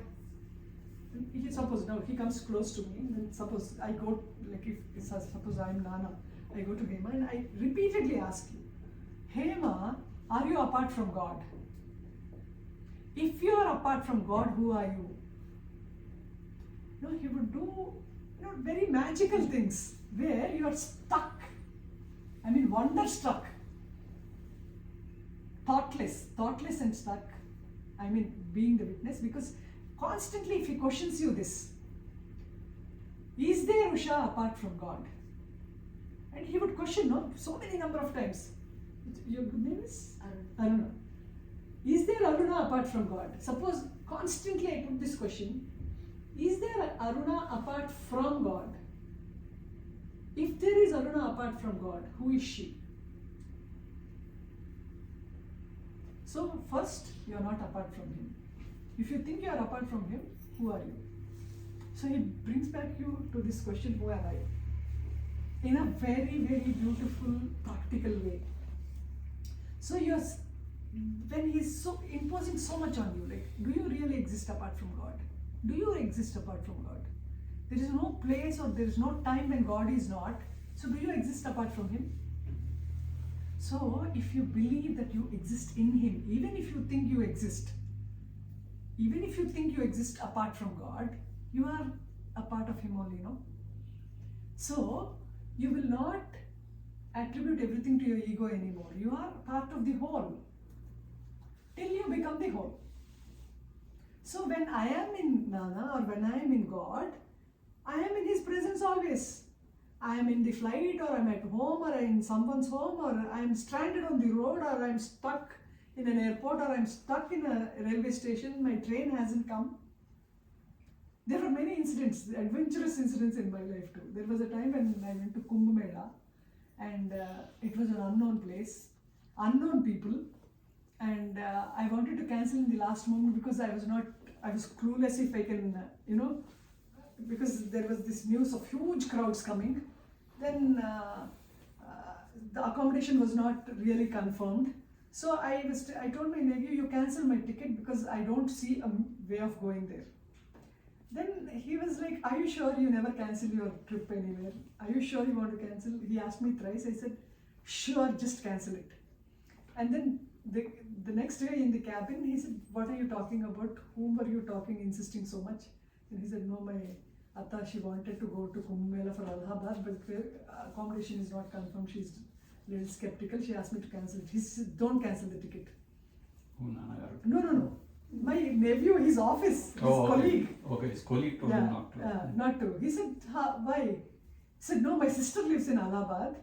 She has never gone to the Ganges because she's scared of dipping. And people are going from all over the world to dip themselves. At least if your Atta goes, she can take her and make her do a dip because she lives right there. So she said, she's most welcome, ask her to come to my Atta's house, my sister's house. And he called me, he said, you have an accommodation, they will pick you up from the station. You can stay in their house for 2 days, they will take you to the ghats. All you have to do is make her dip in the water. So, my entire life was filled with such, events. So, I can say with conviction, God is in charge of everything. You just have to have the sincerity, the devotion to your master. And wherever you go, you are not apart from him. You will never be apart from him. All of us. It's for everybody. It's just that you have to experience it. So wherever you go, you see your master. There was a time when I went to Kankal with Khanna to visit Anandmayi Ashram. We stayed there for 4 days. Then from there I was going to Amarnath on my own. It's a solo trip. Suddenly there was a curfew in Kashmir. So they said there are absolutely nothing on the road. Complete curfew. So, but then I had my trip. I can't go back because everything is booked and cancellation will get me nothing back. And my days are off. I have already come from home. So let me go. It's okay. I'm going to Lord Shiva only, no? So if it happens, it happens. Otherwise, I make an attempt. Why should I quit in between? So I took my train. I went to Delhi. From Haridwar, I went to Delhi. Delhi, I took a flight. No, Delhi again. See, the problems come. It's not that problems don't come. You don't have difficulties. You will have all the adventurous situations in life. But grace takes care. Believe in it. Believe in it. So, this guy was planning to cheat on me. Because the helicopter tickets were with him, where I had to travel. The cab, everything was booked through an agency.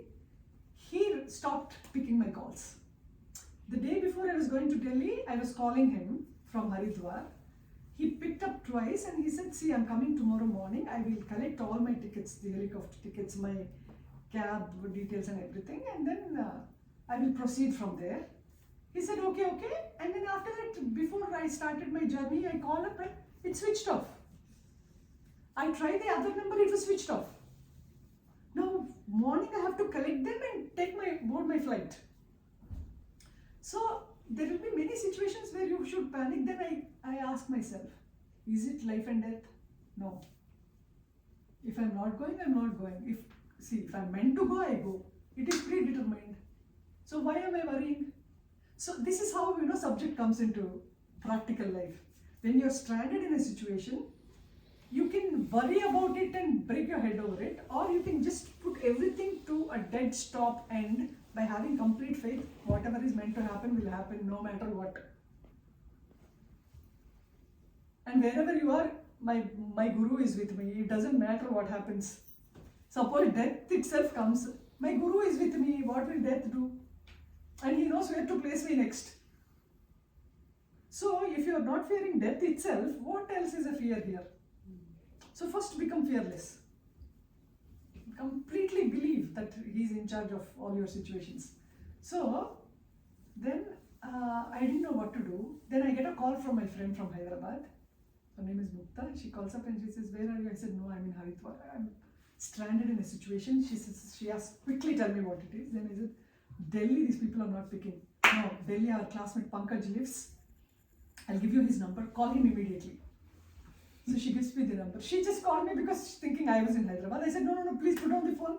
I'm not in a position to talk with you now. She said, tell me what your problem is. Then she immediately gave me the number of Pankaj, and then I called him. He's my classmate. I met him only after 20 years. I'm talking to him for the first time.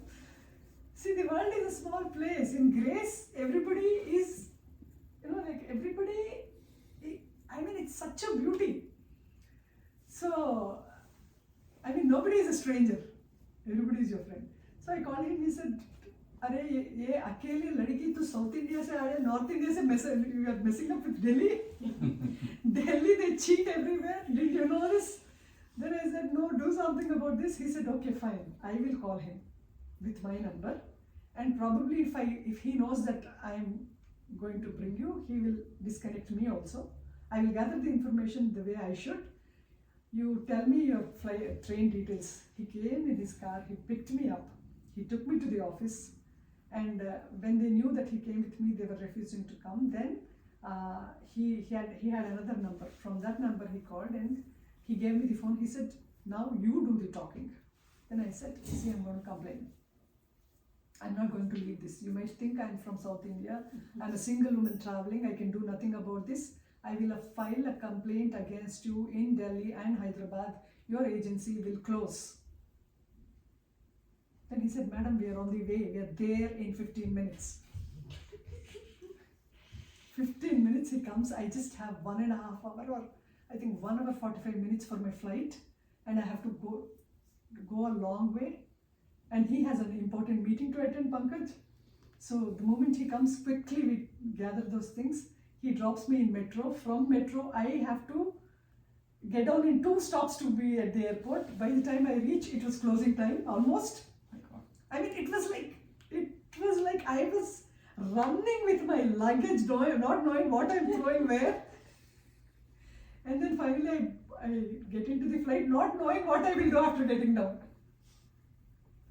So I get down in Srinagar, it's complete curfew. Then I call these cab fellows and one of them picks and he says, Madam, आज पूरा curfew है, आप आपके destination नहीं जा सकते, मगर I can take you in the shortcut with a risk. I said, no problem, I'm coming.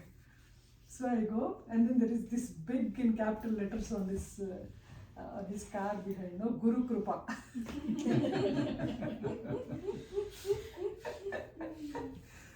So I get into it, I go, and then there that night, the next early morning, I have to go. Then the previous night, these people who have already visited and came back, they were sitting and having their dinner, and I was sitting alone and having my dinner, and they were talking amongst themselves, and they said, good that our parents did not make it up, we stopped them here itself. 4 people died yesterday while going to the Amarnath. 4 people died and the weather conditions are so bad, you never know what happens. Then I had to ask them, how is it if you're stranded there? Then they said, it's dead cold. Are you well prepared? And then they asked, how did you come? I said, I came alone. He said, you better not go. They said, you better not go. I said, why? He said, if you are lost or stuck or died, nobody will know about it. Your family will not be informed also. My God. Because there are no signals, nobody knows you. Then I asked this that hotel owner, like the one who's sitting at the counter. I said, will I get any glove? I was prepared with some gloves and socks and all that, but I didn't know that we needed raincoats and thicker stuff. Then he said, it's 9 o'clock, madam, night 9 o'clock, it closes by 8. Then I said, I don't know if I'll make it up Amarnath tomorrow morning, because 6 o'clock I'm supposed to leave. Then he calls his friend, opens the shop, gets my stuff for a very reasonable price. And then their parents stopped because they couldn't travel. Then I was like, Jo ho jai, ho jai. I called up home. I said, see, this is the situation, but I'm going. Then my husband said, see, like, we don't have any doubt about it that you will come back home. So I said, in case I don't make it, understood, I have gone to You won't believe, I went there, I sat for the helicopter. Then there is this horse ride after getting down from the helicopter. There was this army couple. There were 3 horses of 1 horseman, and there was already one army couple standing there. They were waiting for 1 person who will go with them. So yeah, that was the solo one, because they were army people. They could go directly to Amarnath, Lord Shiva. So I was escorted very well. Had wonderful darshan of Amarnath. By 4 o'clock in the evening, I was back. Nice. So it's like, I mean, every day has become a miracle.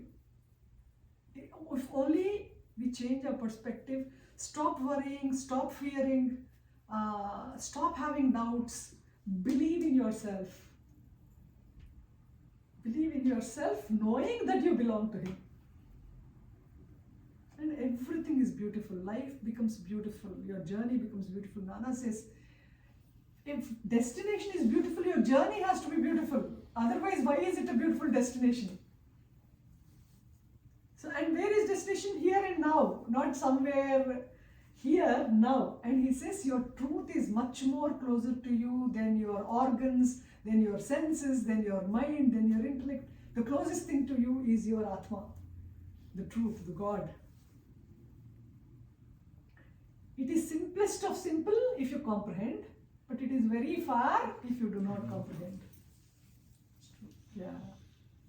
So, Atma Vidya in the simplest form given to us by Bhagavan, chant Akshar Manamala, that is enough. You don't have to do anything. You can't chant, listen to it, we have YouTube. Chant Upadesasaram, Om Namo Bhagavate Shri Ramanaya. While going, just do one pranam, Bhagavan take care of everything. Don't desire anything, don't ask for anything. Just leave your control to him. My steering, I put it in Bhagavan's hands. And I'm convinced that he's doing everything for my best and out of goodwill. So nothing seems difficult, nothing seems painful, nothing will, even if it is painful and suffering, you know it is for your good. So suppose now I'm sick, I'm given a medicine. I don't refuse to take it because I know it will cure me. Similarly, everything comes to cure you from the Bhavaroga. Accept it, acceptance. Ganeshan Garu, you were talking about Ganeshan Garu. All his life, most of it is spoke about acceptance. Accept the situations in your life. Accept that you are placed in the best of conditions in life, because that is best for you. Don't compare yourselves with anybody, because others' lives are not to be compared. Each one has their own destiny, and for you this is the right thing. So accept it and it becomes joyful. So I think more than enough. So This was very good. Thank you. So any prayer I feel you so do? lucky to really have a realized guru. It's so wonderful. And Bhagavan is there, no, with you. See, now your home is that. Yeah. And definitely satsangs are for that only, Nama. Huh? His literature and satsangs are for that, to take us close to him. And there's no time he is not. Yes, of course, living guru was something which I really have to accept. Yeah. Or else we wouldn't have probably been here today. We owe everything to our guru. Because without him, we wouldn't have known anything. The guru, since you're asking, the one devotee who came to a satsang, Natarajanama, he was very old. He has seen Bhagavan. He came here to our satsang, and that time his guru was somebody else in Bombay. He saw Bhagavan and he said, I was not impressed. I was young, took my grandparents. I was not impressed. What has been sitting in the sofa and all that. But then he found his guru in Bombay. He said, my guru came and found me. So in terms of a guru, living guru, all that stuff, right? The guru, if you're supposed to meet a guru, he'll find you. The most important thing is not for you to go, because then it's Vivekam. You don't know which one. Then guru shopping becomes a business. True. So just be very careful. And see, the thing that she says, Nannagaru trained her. Yeah. So that will carry her through. So at least the conviction she has. She's not shopping for other gurus after Nannagaru. That is very important. But then it's also equally important, you are the right person. Yeah. So don't shop for guru. Yes. After Thank you. Yes. Particularly in the Western After society. Maharshi, I have moved house. You shop for guru, but pick one. Just be sure if it's the right person. That's very important. You need Vivekam for that. That's very important, true. Because I have another friend also who was lot into, searching, because guru. And she was actually, impressed by somebody, and then she sponsored some financially also, and then when she finally went to meet him, she realized that, that's it. so don't ever get tempted by Yeah. No, Bhagwan is enough. Yeah.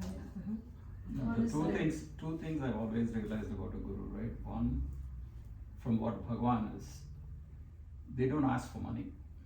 Money never comes into the picture. The other thing is, they won't ask you to do this puja, Yes. do this, do that. All Bhagwan said was go within, right? That was his only teaching always, right? He never said, even believe me, right? He said, Yes. what I might be saying is fine, find out for yourself. You know you exist, right? Then find out for yourself. And the thing with Bhagwan obviously was he used to ask a question. If you ask him a question, he'll counter it with another question. Always, if you look at it, talks, that's the whole thing, right?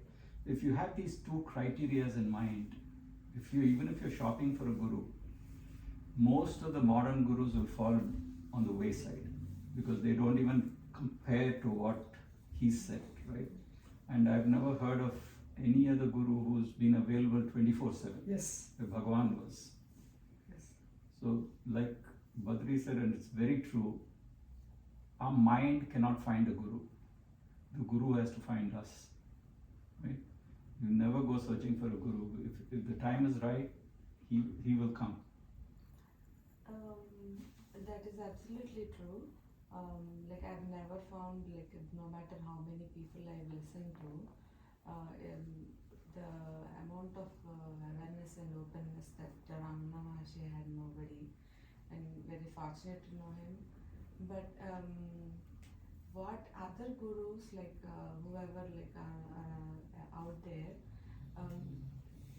the context that we are living in, like today's life, that is what is appealing in them because they're talking today. Yeah. Because I mean, if we are in that absolute state like Maharshi level, True. we are like he's there. He's the ultimate. But for day-to-day conducting, right? Like the given situation, like sometimes we listen to them, they exactly quote what we are going through, how to, and that is what I get present to. Yeah, and I mean, That's their it's way good. of doing it, Yeah, right? yeah, That's yeah. the easiest way of pulling in people. Where you have thousands and thousands and thousands of people where you expect to pay and go, Yes. right? But if you look at that, even this situation, if you look at the Bhagavad Gita, you read it today, it applies to today's situation as well. correct. There's no change, right? Written 5,000 years ago. Helped me, like it was like a therapy session. I used to go Saturday and Sunday. Medicine was on Saturday, East Brunswick on Sunday, every day 1 hour. It was like I come there with questions. It's like I get my answers and go home. Yeah. It Like always every day happens. Gita. It always happens. Like Yes. what are they like? They're talking from centuries ago Bhagavad Gita, Yes, and yes, like I'm true. finding answers and going So home. basically, Bhagwan's teachings are always, who is it who's getting this thought? Who am I, right? It doesn't matter what the situation is, what these gurus tell you, right? If you keep following it, I think it will take you to the right place. And that was only Bhagwan's teachings, right? And that is all we are asked to follow. And we are not able to do that. And everything, what I've noticed is all the practical situations that we face, the answers are in books like talks. It may have been given to somebody else, Yes. but it eerily will answer your questions. Very true. And it's very specific to you. Yeah. Something that appeals to me will not apply to you. Yes. Actually, we have this Ramana Bhaskara in Telugu with Nannagaru's pravachans. Daily at his samadhi, satsangs was his priority, So every day afternoon satsangs happen. And life happens. We don't do anything, it happens. So every day, like they read one verse, one sentence. So she just randomly opens and reads. That point will have suited everybody that day present there. Yeah, that happens. Happens. It had every day. Thought for the day is every day, and each one would have come with a different situation, and that would have been act for all. That's why he's Bhagwan. So do you have English translations of Nannagaru? Oh yeah, they're doing it now. We have a Where website is this Samadhi? in Jinnur. Jinn. In Jinnur, and we have 2 ashrams in Tiruvannamalai. One is Andhra Ashram and Nannagaru Ashram. That's the one behind the Sankara Madam, right? The new. Oh yes, correct. Yeah, I told you, right? Right beside That's China. one more Madam. thing. Yeah. The Andhra Ashram. Yeah. I was telling you, right? Is that also Where I Nannagaru? talked to some- Yeah, Oh, first one that started was Andhra Ashram Oh. because Yeah. Ramanashram couldn't contain all Right. Nannagaru's devotees. We were going in hundreds. Yeah. So they were But like, now, even now they come in. Oh, hundreds. Yeah. actually they have all constructed houses there. I mean, this year, now Sivasannidhi Yeah. was Nannagaru's devotee. Oh, I Siva see, I Babu, see. yeah. Now there are so many rooms, 500 or 600 rooms constructed, and most of Telugu devotees live in Tirunamala now. Right. Oh. Yeah. Even I wanted to buy a property. Everybody is after buying properties now. No, you don't have to figure out properties. You just he's with you wherever you are. That is very true. I don't know, it's something there. The whole. Because Arunachala holy hill For itself. me, my problem is like, when there is pain and problem, I am always attached to God. Like the saying, when you have pain, you will want God, and when you're painless, and I'm settling down, like everything is coming back. And even I don't have this routine chanting or practices. That's what I was telling Gurunath. I looked up online. I need somebody. I need some routine practice, everything. I have Maharshi's photo, the deity place. Actually, routine, no. See, routine is for a discipline. See, Yeah, I lack discipline. no, it's a self-mortification. Somebody can't impose it on you, no. See, suppose, if they ask you to wake up at Brahma Muhurtam time, 3 o'clock is Brahma Muhurtam, you wake up, sit and meditate. How many days can we sit and do it? And even if we sit, we'll sleep. Yeah. So it's like practice living in the present.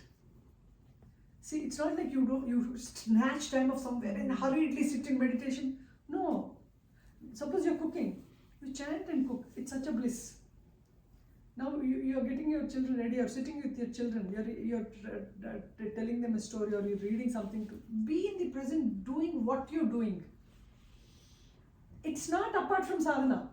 Trust me, that's not apart from sadhana, because you're living in the moment. You're not attributing to anything. Your mind is not wavering. It's concentrating on one thing constantly. So you're living conscious. We do it. We do everything so unconsciously. Everything. But everything you do, we have practiced doing it consciously and being in the moment. So yeah.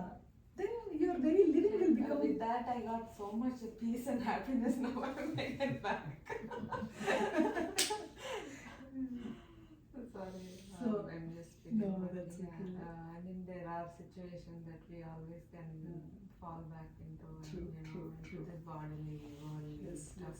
yes. That's why satsangs constantly. No, you have a picture of Bhagavan at home daily. Just do pranams to him and go. After you come back home, just do a pranam, Bhagavan. Just make him a part of your life. And then make him the prime in your life. Then you will see a drastic magical transformation where you will know that you do nothing, Bhagavan is doing it for you. It'll come. Partial surrender will lead to complete surrender. But slowly give up. Give it up to him. It's like Guruji used to say, now suppose you got into a train or you got into a flight, you leave the luggage there, no? You put it in the cabin, or you don't carry it on your head or your shoulder. So you will think it's very foolish, no? Like if anybody is carrying suppose somebody, one of the passengers is carrying their own luggage. You tell them you put it down, he says, no, train can't carry so much luggage, so I have to carry it. We will laugh, it's a laughing thing, it's a joke. To God, it's a joke because you're not doing anything and you're thinking you're doing everything. Isn't it just a thought that I am doing this, I am doing that? Actually, it happens. Because we are attributing to ourselves, we are thinking we have to come out of it. We are entangling ourselves and saying, please remove the knot. Yeah, there's a saying, right? Man creates his own problems and then looks for solutions to those problems. Yes, That's what we do exactly. our whole life. Yeah. So stop creating and everything will be taken care. I know it's not as easy as said, but definitely anchor to Bhagavan. Like whenever you have this mood to listen to chanting, listen to Aksharamanamala or do Arunachala Siva, Arunachala Siva, Arunachala Siva, Arunachala Siva, Arunachala, or Om Namo Bhagavate Shri Ramanaya, or just Ram Ram, He Ram, Shri Ram. Anything which you feel good about. You listen to some chanting, or just look at Bhagavan's eyes, connect to him, talk to him, and create a bondage with him. That's what I'm telling you. Form a relationship with him slowly, and he will swallow you. You will be left with no other relation but him. Then you will realize everything is him, I don't exist. You will come to a point where it's only he that exists, I don't exist. So surrender is a very beautiful way. Nana says, see, surrender marga is like, suppose you have money in the pocket and you went somewhere and you came back and somebody has stolen it, you don't know.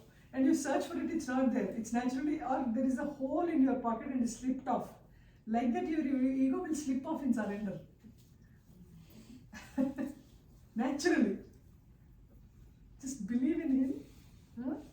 And do what you can, that's all. There's no impositions. Like he said, no, Bhagavan never imposed, do this, do that, or a particular pattern.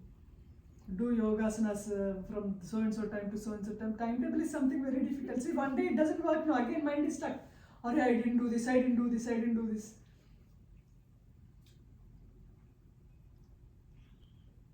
Because life is unpredictable, you never know what happens. No? It's like you want a routine, then it may not be practical. Shivaya Namah Shivaharaya Namah Shivaya Namah Shivaharaya Namah Arunachala Guruvaraya Namah Arunachala Guruvaraya Namah Shivaya Namah Shivaharaya Namah Ramana Ishvara Guruve Namaha Saddarshana Upadeshtre Namaha Shonadrisha Stutidrashte Namaha Shivaya Namah Shivaharaya Namah Parama Pavitra Shiva Gurunatha Trigunatigaya Sachitananda Bhavaroga Vishagvaraya Namaha Bhavaroga Vishagvaraya Namaha Shivaya Namah Shivaharaya Namah Shivaya Namah Shivaharaya Namah Arunachala Guruvaraya Namah Arunachala Guruvaraya Namah Shivaya Namah Shivaharaya Namah Shivaya Namah Shivaharaya Namah.